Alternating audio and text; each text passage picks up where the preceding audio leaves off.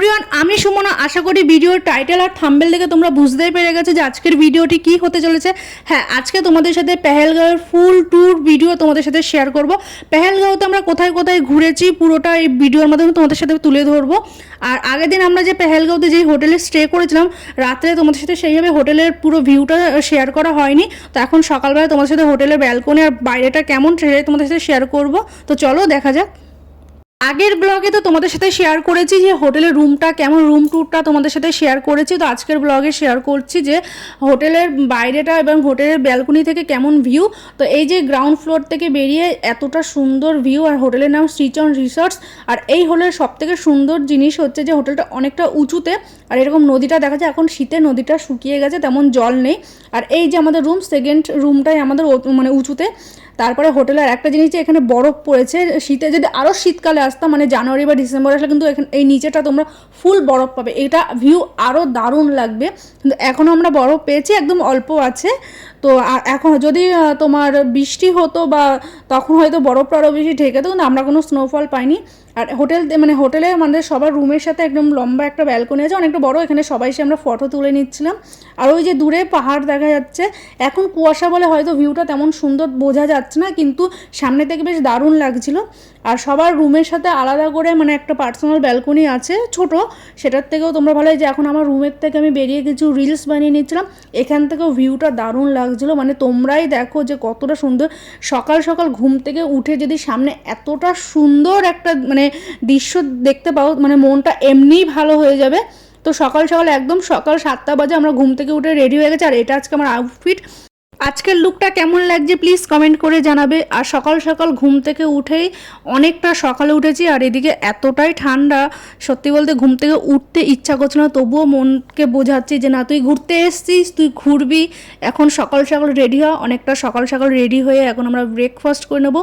তা শ্রীচন রিসর্টসে তোমরা রাতের মেনুটা তো দেখেছো, আর সকালবেলায় কী কী খাবার আছে সেটাই তোমাদের সাথে শেয়ার করছি। এখানে ছিল পোহা, মানে চিড়ের পোলাও, আলুর পরাঠা, তার সাথে চাটনি বা চাটনি টাইপসের কিছু একটা ছিল, আর জ্যাম পাউরুটি ছিল, আর ছিল হচ্ছে ডিমের অমলেট বা কেউ ডিম সিদ্ধ, যে যেটা খাবে সেটাই আছে। তো এখানে আমি যেটা খাবো সেটাই আমি নিয়ে নিচ্ছি, আর অল্প করে খাচ্ছি যেহেতু অনেকটা রাস্তা আজকে যেতে হবে, মানে অনেকটা জার্নি আছে, সারাটা দিনই আজকে ঘোরাবে আমাদের। আর ফার্স্ট দিন আমাদের ঘোরা কাশ্মীরে, তাও পেহেলগাঁও থেকে আমরা স্টার্ট করব ঘোরাটা। তো একদম সকাল সকাল আমাদের খাওয়া দাওয়া কমপ্লিট করে নিয়েছি সবাই মিলে, আর মোটামুটি খাবার দাবার সব কিছু ঠিকঠাক। আমার পার্সোনালি এই হোটেলটা ভীষণ ভালো লেগেছে। আমার কাছ থেকে যদি তোমরা জানতে চাও, তো আমার কাছ থেকে এটা 10-এর মধ্যে 9 দেবো আমি তোমাদের রেটিং। তোমরা যদি চাও এই হোটেলের সাথে কন্ট্যাক্ট করতে পারো, রিভিউ ভীষণ ভালো। তো যাই হোক, সকাল সকাল খাওয়া দাওয়া করার পর আমাদের ড্রাইভার দাদা চলে এসছে। উনি কন্ট্যাক্ট করলো, বললো যে তোমাদের টাইম হয়ে গেছে, চলো এরপর ঘুরতে যেতে হবে। তো ওনার কথা মতো আমরা সবাই সকাল সকাল তাড়াতাড়ি বেরিয়ে পড়লাম। তো এখন মানে আমাদের হোটেল থেকে কিন্তু মানে এই আশেপাশে পেহেলগাঁওয়ের যেই সাইট সিনগুলো উনি করাচ্ছিল, এগুলো খুব কাছাকাছি, যেহেতু হোটেলটা আমাদের অনেক কাছাকাছি আমরা নিয়েছি। তো যেতে যেতে রাস্তার দুপাশে এতটা পরিমাণে বরফ পেয়েছি, ওই দাদা তাই বলছে যে সামনে গেলে দুপাশে আরও পুরো সাদা চাদরে যেন মুড়ে আছে, তেমন একটা বরফ। তো এখানে প্রচুর গান বাজলো, ওই দাদা প্রচুর গান চালাচ্ছিল গাড়িতে, আমরা খুব এনজয় করছিলাম। কিন্তু কপিরাইট আসবে বলে সেই মানে এর জন্য আমার পরে ভয়েস ওভার দিতে হচ্ছে। আর তোমরা এখনই দেখো যে কতটা সুন্দর যে রাস্তা, মানে এখনও স্পট পর্যন্ত আমরা পৌঁছাই পারিনি, তার আগে এরকম মানে রাস্তা দুধারে এতটা পরিমাণে বরফ। আর এদিকে ঘোড়াতে আমাদের উঠতে হবে। ফার্স্ট আমাদের অ্যাডভেঞ্চার ঘোড়া দিয়ে। তো আমার মানে ঘোড়ায় ওঠার একটা অন্যরকম একটা আনন্দ ছিল, কিন্তু যখন ঘোড়ায় উঠেছি তখন আমার অভিজ্ঞতা একদম বাজে। মানে এটাই আমার ফার্স্ট, এটাই আমার লাস্ট। কারণটা আমি তোমাদেরকে পরে জানাচ্ছি। এখান থেকে আমরা এখন ঘোড়ায় উঠবো, উঠে এখন পেহেলগামে যাবো।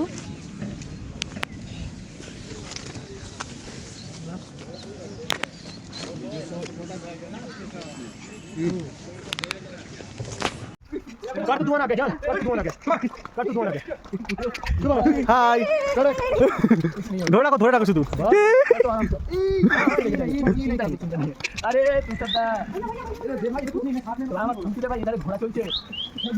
ভিডিও করছি তো। মাকে মা ফোন করছিল, তুমি ফোন কর না। ভয় লাগছে আমার।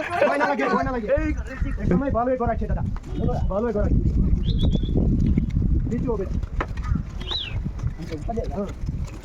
इतना धार से क्यों लेके जा रहे हैं ये बंदा? अरे यहाँ पर काट देगा। कब जाएगा? दिमाग होता, उसका दिमाग होता। हम सब घोड़े पे हैं।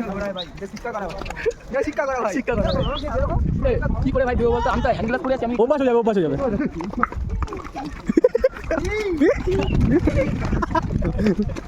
तो भाई पड़े जाবে না তো। এই পড়ে যাচ্ছে। क्या रहा है कोचिंग यार? देखो कि नहीं। हां बोला भाई रुको रुको।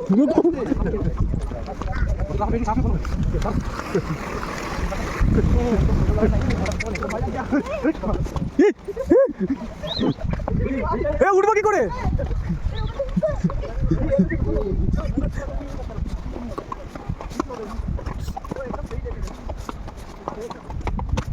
এবার উঠতে পারবে ভাই? এ কি অসম্ভব। ও দি হাই করো।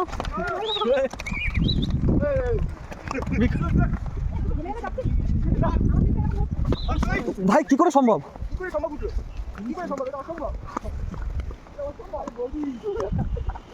Hi guys.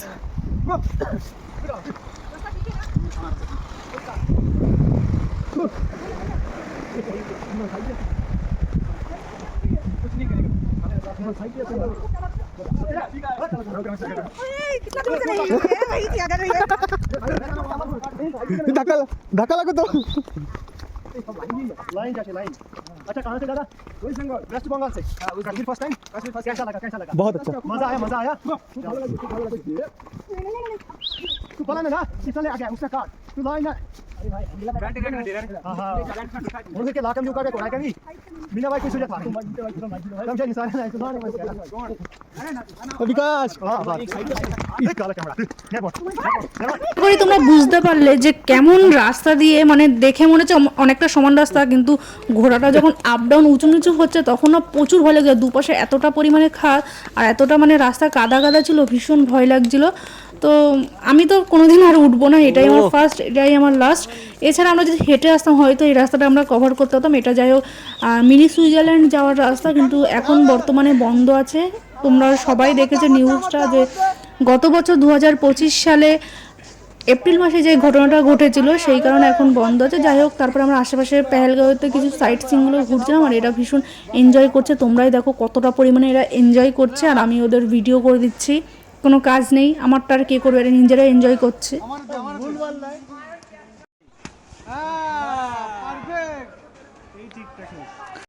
তো এখানে সাইট সিন ঘোরার পর আমাদের আরও দুটো স্পট যেতে হবে, আরু ভ্যালি আর বেতাব ভ্যালি। তো এখন আমরা যেই রাস্তা থেকে এসেছিলাম ঘোড়ায় করে সেই রাস্তায় আমাদের আবার রিটার্ন যেতে হবে, যেখান থেকে আমরা ঘোড়াটা নিয়েছিলাম।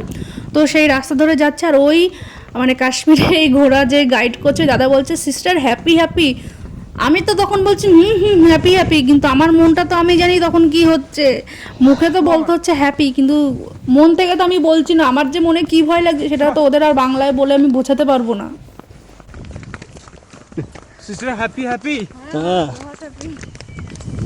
वो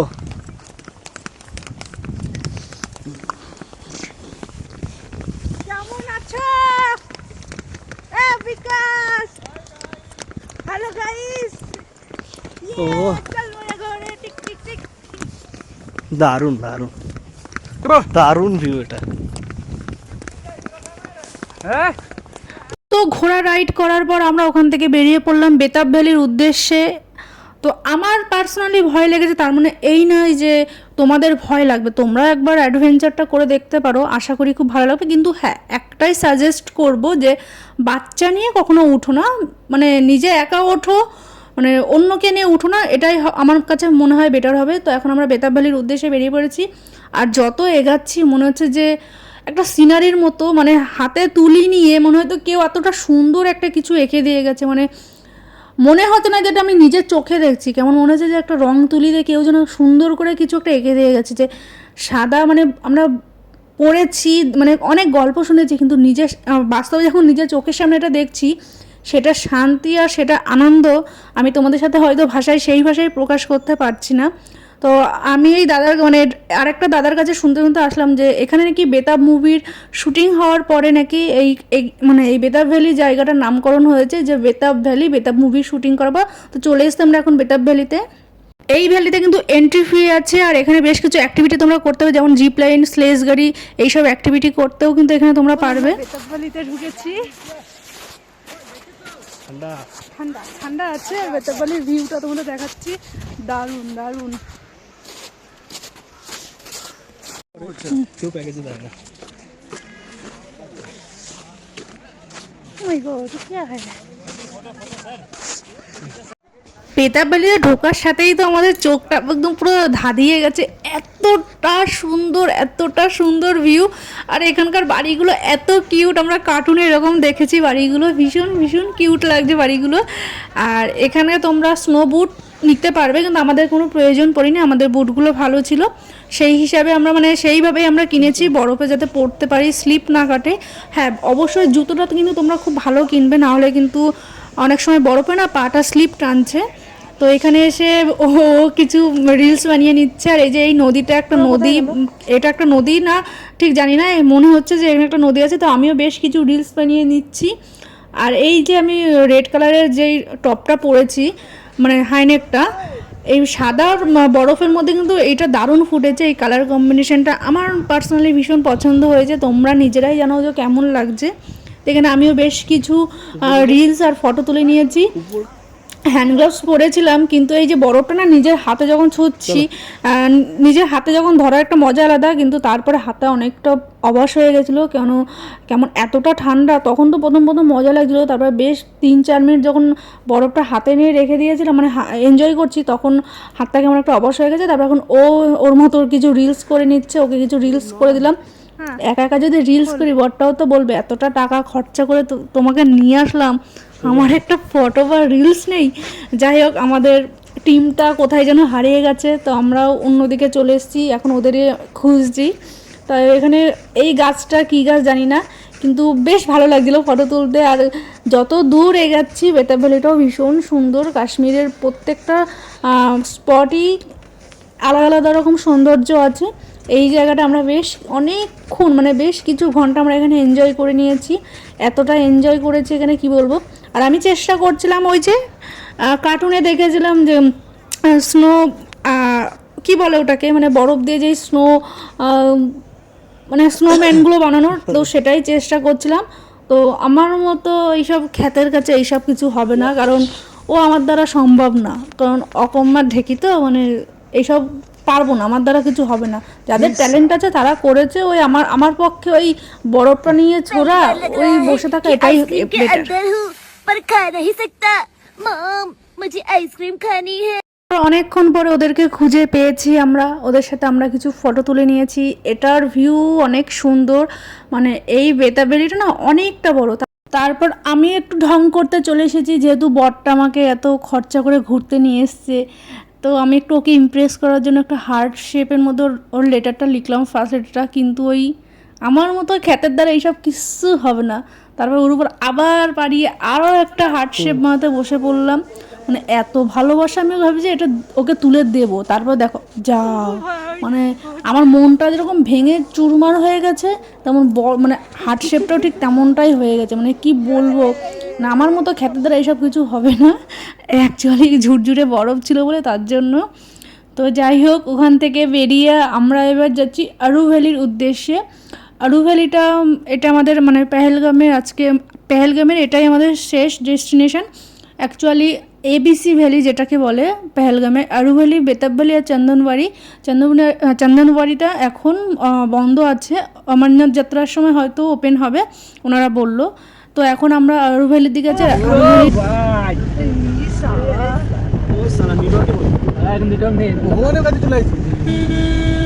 স্বর্গ স্বর্গ, কাশ্মীরকে কি বলে পৃথিবীর ভূস্বর্গ দেশ, জান্নাত দিচ্ছে বাংলায় বল। তারপরে অনেকটা রাস্তা আমরা চলে এসেছি, ওই সকাল 9টার সময় আমরা খাওয়া দাওয়া করে বেরিয়েছি। ওখান থেকে পেহেলগাঁওতে গেলাম, পেহেলগাঁও গিয়ে হর্স রাইড করলাম, তারপর ওখান থেকে আবার বেতাব ভ্যালিতে গেলাম। প্রায় অনেকটা, এখন বাজে দুপুর 3টে। এখন যাচ্ছি আমরা আরু ভ্যালির দিকে। আর আরু ভ্যালি যাওয়ার রাস্তাটা এতটা সুন্দর, তোমরা ফোনেও হয়তো কতটা বুঝতে পারছো কিনা জানি না, কিন্তু যতদূর মনে হয় হয়তো তোমরা একটু হলেও আন্দাজ করতে পারছো যে প্রকৃতির রূপ যে এতটা সুন্দর হতে পারে, সেটা কল্পনার বাইরে ছিল আমার। সত্যি বলতে আমার জীবন সার্থক, আমার সবথেকে স্বপ্নের জায়গা যদি থাকে সেটা হচ্ছে কাশ্মীর। আরও কিছু জায়গা আছে, যদি ভগবান কখনো আমাকে সুযোগ দেয় আমি সেই সব জায়গাগুলোতে ঘুরবো। আমার জীবন সার্থক হয়ে গেল কাশ্মীর এসে। তো এখন যাচ্ছি, এখন আরোহলির দিকে, প্রায় আরোহলির অনেকটা কাছে চলেছে। আর এই যে পাহাড়ের ফাঁক থেকে যেরকম নদী বা ঝর্ণার জলটা বয়ে আসছে, এই যে দৃশ্যটা যে কি সুন্দর লাগছে, দারুণ দারুণ, সত্যি এক কথায় অপূর্ব দৃশ্য। এবার এসেছি আমরা আরু ভ্যালিতে, আর আরু ভ্যালির ভিউ বেতাব ভ্যালির থেকেও আরও বেশি সুন্দর।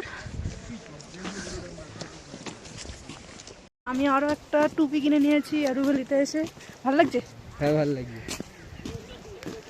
ভ্যালির বড়, বেতাব ভ্যালির থেকেও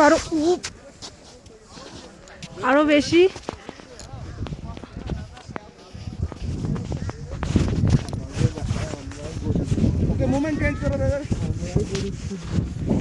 ফাইনালি আরু ভ্যালিতে আমরা চলে এসেছি। তো আসার পর আমরা বেশ কিছু ফটো এবং রিলস করে নিচ্ছি। এই সেই রিলসের কিছু ক্লিপগুলো তোমাদের সাথে আমি শেয়ার করছি। আর একটা কথা, জীবনে না টাকা পয়সা অনেক থাকবে, আসবে যাবে, মানে আপ ডাউন সবার লাইফে থাকে, কিন্তু শখ পূরণ করা সেই বয়সটা হয়তো থাকবে না।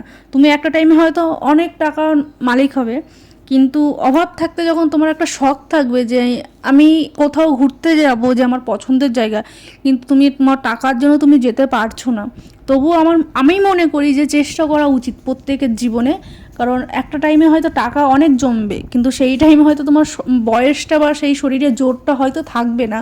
তাই সবাইকে একটা কথাই বলবো, যদি সবার নিজের ফ্যামিলি মেম্বার, বন্ধুবান্ধব বা জীবনসঙ্গীকে নিয়ে একবার হলেও যখন যেটা মানে ইচ্ছা হবে সেই শখটা সাধ্যের মধ্যে পূরণ করাটা উচিত। যতটা সম্ভব তোমরা পারবে পূরণ করো। তো যাই হোক, অনেক কিছু বলে ফেললাম, নিজের মনের অনেক কথা। তো এখন দুজন মিলে অনেক অনেক এনজয় করেছি। আমার এই সব জিনিসগুলো তোমাদের কাছে এখন ক্যামেরা বন্দির মতো লাগছে, কিন্তু আমার কাছে যেমন ক্যামেরা বন্দি, তেমন এগুলো আমার মানে একটা স্মৃতির মতো হয়ে থাকবে, যে আমি সারা জীবন একটা স্মৃতি হয়ে থাকবে যে না আমি এই জায়গাটায় গেছি, আমরা দুজন মিলে এনজয় করেছি জীবনে, আমার জীবন সার্থক। যাই হোক, অনেক কথা বলে ফেললাম। পেহেলগাঁওতে প্রায় অনেকটাই ঘুরলাম। এখন আমাদের শ্রীনগর চলে যাব, যেহেতু পেহেলগাঁওয়ের ওই হোটেলটা আমরা আজকে ছেড়ে দেবো, আর তারপরে আমরা শ্রীনগর একটা হোটেলে থাকবো। এখন এরা সবাই মিলে এনজয় করছে, ওরা বরফ নিয়ে ছুটছে। আমার যদি একটা টিম থাকতো বেশ ভালোই হতো। যাই হোক, তারপরে ওখান থেকে বেরিয়ে প্রায় আসার পথে মানে শ্রীনগরে ঢোকার আগে একটা মানে ড্রাই ফ্রুটস বা কেশরের দোকানে আমাদের ড্রাইভার দাদাকে আমরা বলেছিলাম যে আমরা কিছু, যেহেতু কাশ্মীরে ফেমাস ড্রাই ফ্রুটস, তারপরে কেশর ফেমাস, কাশ্মীরে যেই আসো না কেন কেশরটা অবশ্যই নেবে। এখানে অরিজিনাল কেশর পাওয়া যায়, আবার নকলও পাওয়া যায়, সেটাই ওই দোকানের ওরা বলছিল। তো আমরা এখানে উনি ভ্যারাইটিস টাইপসের কেশর, মানে ভ্যারাইটিস না, অনেক কেশরে পার গ্রাম কত গ্রামে কতটা কি সব কিছু ওনারা বলছিল। তারপরে কিছু ড্রাই ফ্রুটস ওনারা দেখাচ্ছিল আর বলছিল যে ড্রাই ফ্রুটস অরিজিনাল কীভাবে চিনবে। ওনারা আবার কিছু আখরোটের দেখাচ্ছে, তো কিছু ফ্রিতে ওনারা টেস্ট করতে দিয়েছে। আর আমরা বাঙালি মানে কি বলবো, আপেল বাগানে গিয়েও যখন তোমাদের সাথে আমরা শেয়ার করলাম, যেই একবার বলেছে মানে দোকানদার যে তোমরা এখান থেকে ফ্রিতে মানে টেস্ট করতে পারো, কিনবে তোমাদের ব্যক্তিগত ব্যাপার, নাও কিনতে পারো, কিন্তু টেস্ট করে দেখো কেমন খেতে। মানে সব কিনুক বা না কিনুক, আমাদের সাথে যে কটা এসছে হুমড়ি খেয়ে পড়েছে, কি মুঠো মুঠো ধরে ড্রাই ফ্রুটস খাচ্ছে, সে বলার মতো নয়। মানে যা দিচ্ছে, মানে এখন যদি একটা কি বলবো বিষও দেয়, সেটাও মনে হয় ওরা ফ্রিতে দিলে খেয়ে নেবে। যে পরিমাণে আখরোট, আমন্ড আর ড্রাই ফ্রুটস ওরা খেয়েছে বলার ভাষা নেই। কিন্তু অনেস্টলি বলছি, এখান মানে এই দোকানটার নাম কিষান কেশর। এটা আমি আজকে যেহেতু পেহেলগাঁও থেকে ফিরছি, তখন আমি কিছুটা জিনিস কিনেছি, মানে আবার আসার দিনও আমি কিছু জিনিস কিনেছি, সেটা তোমাদের সাথে আমি পুরো ডিটেলসে শেয়ার করব। এখন যেহেতু হাতে সময় ছিল না, অনেকটাই সন্ধ্যা হয়ে গেছে, আমাদের আবার শ্রীনগরে যেতে হবে। আজকে অনেকটাই ক্লান্ত, প্রায় অনেকটাই জার্নি করা হয়ে গেছে, তবু এখান থেকে আমি একটু কেশর আর কিছু ড্রাই ফ্রুটস নিয়ে নিয়েছি।